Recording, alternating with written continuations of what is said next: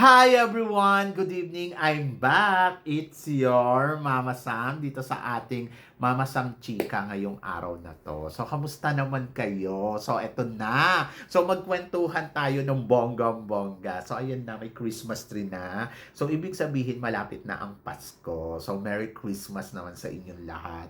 So, I hope na excited kayo ngayong Pasko. O, ayan, usapang Pasko tayo ngayon. Dapat bang bumili talaga ng mga bagong damit? Dapat ba talaga bongga ang pang Noche Buena natin? Dapat ba talaga may mga regalo tayo sa mga kaibigan, sa mga kamag-anak, sa mga kaibigan, sa lahat-lahat? Oho. Alam nyo, sa totoo lang, kung may pera kayo, go, go, go lang yan. Wala namang problema dyan. So, sige, kung may pera ka at may income, edi go! Why not? Di ba? Bakit hindi? So, ako, okay ako dyan. Oho, walang problema dyan. Kahit ako gusto ko masaya yung Pasko, grande. Pero kasi, yung mula nung tumira ako dito sa Thailand, ito yung natutunan ko. Na hindi naman pala lahat ng tao sa buong mundo ay naghahanda. Hindi naman sa lahat ng tao sa buong mundo ay nagbibigay ng regalo. So, nakakaraos sila. 'Di ba? So, ibig sabihin, nasa kultura lang pala talaga natin yon. Ako naman, hindi ko naman inaalis sa inyo na wag na kayong maganda. Siyempre, maghanda kayo miski papano. Simple. Oho. Yung mga tipong pasok lang sa budget ninyo. Kung halimbawa, ang budget ninyo, 2,000. Eh di, bumili kayo sa sapat na maano sa 2,000. Aba, madami na yon. So, parang feeling ko yung 2,000, apat na putahe na yan. Kung ulam ang lulutuin, ha, meron ka ng apat na klaseng putahe ng ulam. Kung ayaw mo naman, pwede yung 500 pang spaghetti, tapos yung 500 pang dessert, tapos yung another na 1,000 ulam, tatlong klaseng potaheng ulam. Aba, 'di ba? So tama na 'yon. Wag naman na yung parang sobra-sobra. Ang isipin ninyo yung kinabukasan, kung ano ba yung kakainin ninyo, hindi yung ngayong gabi lang, 'di ba? So hindi naman kailangan kumain ng madami sa gabi kasi syempre matutulog ka rin naman, 'di ba? Baka mamaya sa sobrang dami mo nakain sa gabi, nabangungot ka pa. Ganon.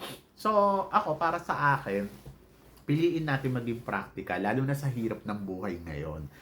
Kayo na nga rin na nagsasabi na ang mahal ng bilihin. So, hinahinay lang do sa gastos. Ang importante sa diwang ng Pasko, syempre, yung pagpapasalamat natin sa Panginoon. So, wag natin kalimutan magsimba, pumunta na simbahan. Ayan talaga, importante yan. So, pumunta kayo ng simbahan, magdasal kayo, magpasalamat kayo, kumanta kayo doon ng Joy to the World, okay, di ba? So, yun yung mga masarap pag araw ng Pasko, dito nga sa amin hindi na kami masyado nagluluto nino Kumbaga, dati nagluluto ako, bongga, naluloka sino, parang ano yan, ang daming ulam, itatapon. So, yun, kasi dalawa lang kami. So, natuto na rin ako na parang mas simple, mas okay. So, konting luto, alimbawa, ano ba yung ulam namin ngayong gabi, tapos magsisimba kami. Ngayon, after namin magsimba, kung gusto pa namin kumain, so dadaan kami sa McDonald's. So, naging ganun na yung routine namin. And then, ang sarap nung feeling, kasi after mo magsimba, yung, alam mo, yung ang gaang-gaang nung feeling mo na you feel good. Oho. Pero kasi minsan nagmamadali ako kasi madalas dito, kapag Christmas, may pasok sa school.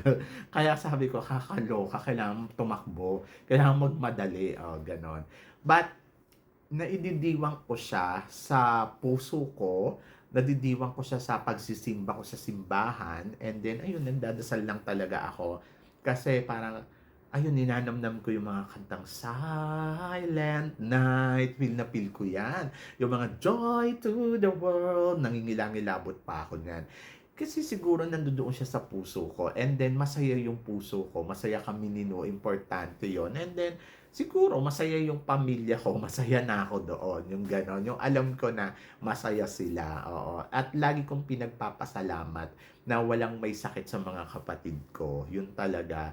At ayun talaga, lagi kong dinadasal yon na sana okay sila, lagi silang ano. Kasi doon lang din ako magkakaroon ng peace of mind, oo, na kapag okay yung mga kapatid ko, okay yung lahat. So, kahit ako ang handa ko diyan ay isang pirasong manok, masaya na ako diyan. Kahit magdiwang lang kaming dalawa ni Nu, ayun. So, hindi kailangan gumastos ng todo-todo. Ang isipin ninyo yung kinabukasan kasi siyempre bukas another laban na naman sa buhay. So, ayun nga, kung may mga bonus kayo, siguro bumili kayo ng mga simpleng damit na kung gusto ninyo. Pero kung ayaw naman ninyo, kung may mga damit-damit kayo diyan na bihira niyo suotin, hindi naman sasabihin ng Diyos na parang, "Oh, hindi bago ang damit mo, huwag kang pumasok ng simbahan." Wala namang gano'n mga Mars, 'di ba?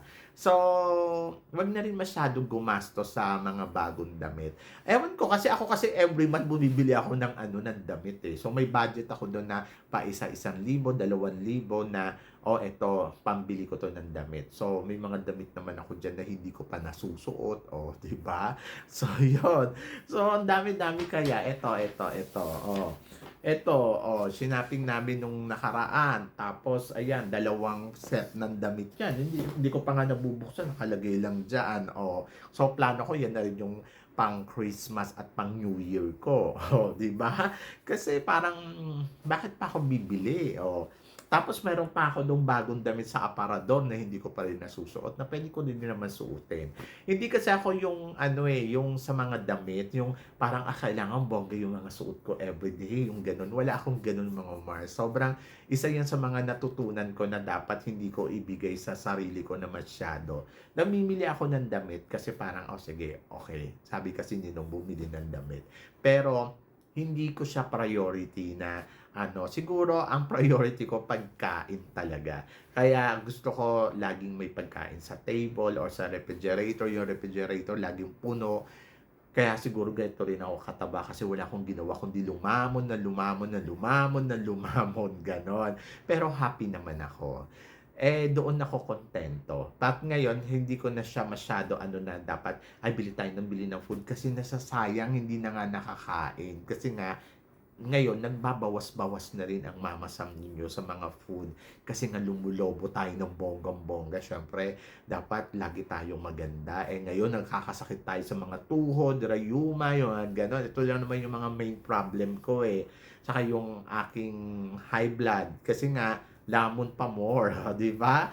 Pero ayun talaga do'n ako masaya, And then siguro ano lang, enjoy lang natin yung buhay.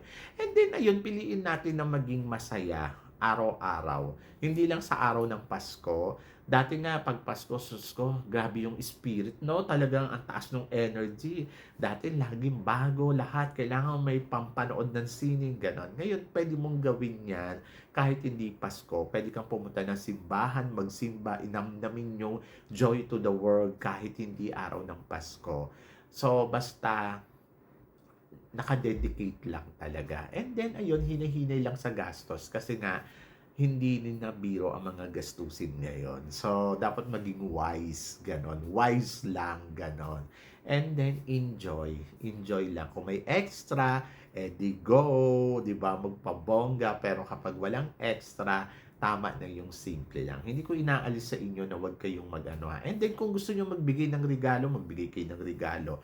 So, bigyan nyo ako ng regalo. Charot. So, yan. Pero kung ayaw naman ninyo, it's okay. Oo, wala namang ano yan. Basta matuto lang kayong bumati, Merry Christmas, God bless, gano'n. So, yun. Sa mga inaanak naman natin, sana naman matuto silang magmano pa bago silang manghingi ng pamasko. Ito din ang problema ko sa mga inaanak ko, Yung talaga ito hindi ko binibigyan. Kasi nga, pag sinabi, "Oh, ninong pamasko ko," nakakuha ka sa akin ng gusto mo pamasko, pero hindi mo ko kinamusta. O, gusto ko kasi magkaroon ka ng relasyon.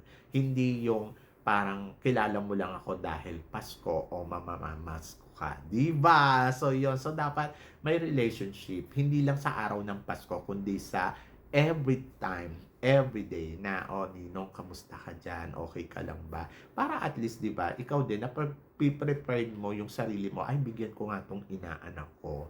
'Di ba? So, hindi naman natin obligasyon magbigay every Christmas. So, dapat obligasyon ng inaanak natin na gumawa ng relationship sa atin para pag araw ng Pasko, hindi rin natin sila nakakalimutan. So, yan! So, kayo guys, ano guys ang masasabi ninyo dito sa mga pinag-uusapan natin ngayon? So, please comment below. And then, of course, sa mga hindi pa nakaka-subscribe, ano pang hinihintay ninyo? Subscribe na. So, yan! So, maraming salamat guys. Hanggang sa muli nating tsikahan. Paalam! Thank you guys!